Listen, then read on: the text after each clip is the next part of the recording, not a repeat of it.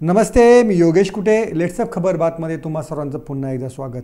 पुण्यातील पोर्श अपघाताचं प्रकरण तुम्हाला माहितीच असेल. त्याला आता जवळपास 1 महिना उलटून गेलेला आहे आणि त्या अपघातातील श्रीमंत व्यक्तींना, आरोपींना वाचवण्यासाठी कशा प्रकारे यंत्रणा काम करत होत्या आणि त्यांना कोण कोण साथीदार यंत्रणामधलेच होते, म्हणजे आरोपींना वाचवण्यासाठीच आपल्या इथली यंत्रणा काम करते काय अशी शंका आली होती.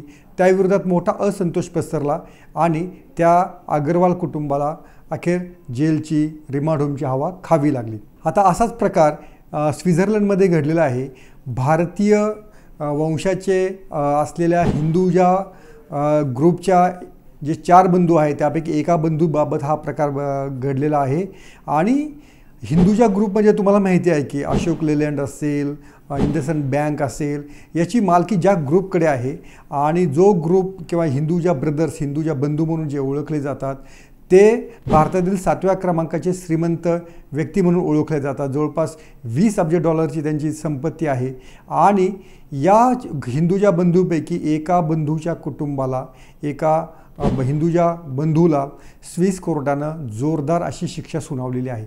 आणि ही शिक्षा कशासाठी आहे तर घरातील जे नोकर आहेत, घरातील जे आपल्या कुटुंबाची, आपल्या गाड्यांची काळजी घेणारे जे सेवक आहेत त्यांना अतिशय कमी पगार देणं, त्यांचा छळ करणं, त्यांना दिलेल्या वेळेपेक्षाही त्यांच्याकडे जास्त काम करून घेणं आणि जो मोबदला ठरवून दिलेला आहे तिथल्या सरकारनं त्या मोबदल्याच्या 1/3 रकमेमध्येच त्यांना 18 तास राबवून घेणं, अशा प्रकारचे आरोप त्यांच्यावर करण्यात आलेले होते. त्यांचे या नोकरांचे पासपोर्टसुद्धा जप्त करण्यात आलेले होते. त्यांना मॅन्शनमधनं, जो स्वित्झर्लंडमध्ये त्यांचा काय आपण म्हणूया मोठी वास्तू आहे, त्या वास्तूमधनं देखील बाहेर पडणं या नोकरांना सहज सोपं नव्हतं. अशा प्रकारचा त्रास या नोकरांना देण्यात आलेला होता. आणि जेव्हा या नोकरांनी स्विस कोर्टाकडे, स्विस ॲथॉरिटीकडे जेव्हा तक्रार केली तेव्हा हे प्रकरण भारतीय प्रकरणासारखं कुठे शिजलं नाही, कुठे लपवण्यात आलं नाही.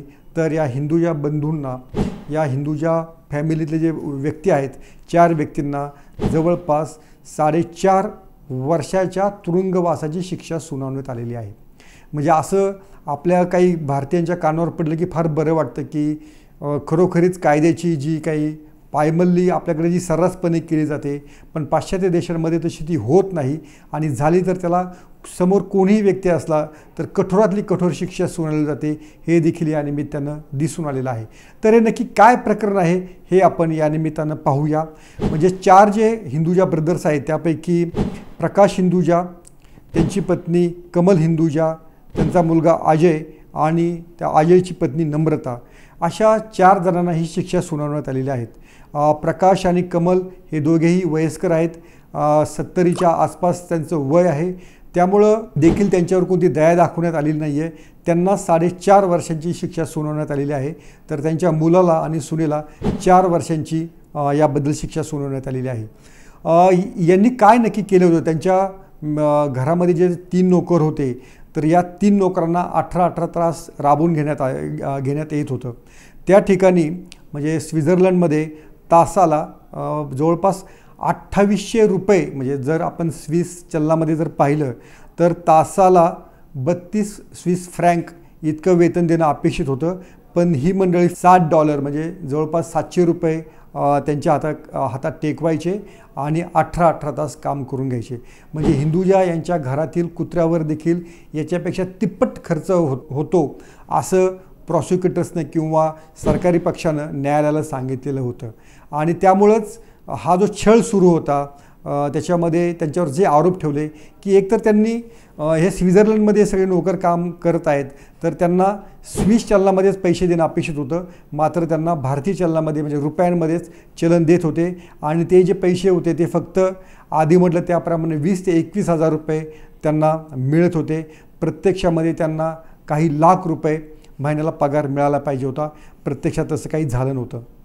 याशिवाय त्यांचे पासपोर्ट देखील काढून घेण्यात आलेले होते आणि त्यांना त्यांच्या व्हिलाच्या बाहेर जाण्यासाठी परवानगी देण्यात येत नव्हती.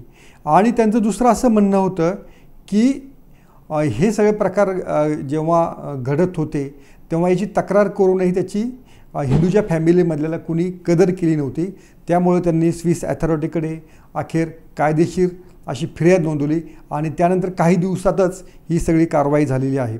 याच्यामध्ये असं पण घडलेलं आहे की आउट ऑफ कोर्ट देखील सेटलमेंट झालेली आहे की हे जे 3 कामगार होते, या 3 कामगारांना काही कोट्यवधी रुपये शेवटी आउट ऑफ कोर्ट सेटलमेंटमध्ये देण्यात आले.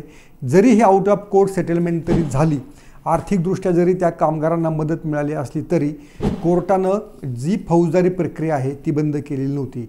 हे यातलं सगळ्यात महत्त्वाचं वैशिष्ट्य आहे.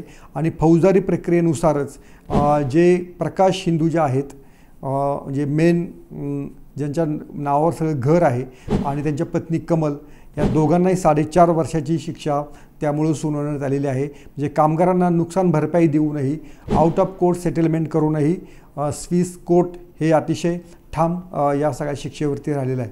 या सगळ्या प्रकाराबद्दल हिंदुजा कुटुंबाकडनं किंवा त्यांच्या वकिलाकडनं देखील बाजू मांडण्यात आलेली आहे. हा निकाल दुर्दैवी असल्याचं त्यांनी म्हटलेलं आहे. त्यांचं म्हणणं होतं फार एक्झॅगरेट करून किंवा एक अतिशयोक्ती करून हे सगळं प्रकरण मांडण्यात आलेलं आहे. आम्ही जेव्हा नोकरांना पगार दिलेला होता तर त्याच्यामध्ये त्यांच्या निवासाचा आणि भोजनाची देखील जबाबदारी आमची होती. ते आम्ही त्याच्यामध्ये इन्क्लूड केलेलं होतं. त्यामुळे प्रत्यक्षामध्ये हातात आम्ही पगार कमी देत होतो असा बचाव त्यांनी केला, मात्र तो कोर्टानं मान्य केलेला नाही आहे. आणि त्यांचं म्हणणं असं होतं की आमच्या सर्व नोकरांना आम्ही अतिशय सन्मानानं वागवतो, कोणाची अवहेलना, अवमान, अपमान आम्ही काही करत नाही, त्यामुळे हे खोटे आरोप आहेत असं हिंदुजांचं म्हणणं होतं. आणि या सगळ्या कोर्टाच्या विरोधात, या निकालाच्या विरोधात ते उच्च न्यायालयात जाणार असल्याचं देखील त्यांच्या वकिलानं सांगितलेलं आहे. यातली महत्त्वाची जी बाब आहे की समोर कोणीही व्यक्ती असला, किती श्रीमंत असला, कोणत्याही दर्जाचा असला, तरी पाश्चात्य देशांमध्ये, स्वित्झर्लंडसारख्या देशामध्ये अतिशय कठोरतेने निकाल दिला जातो. हे देखील या निमित्तानं दिसून आलं.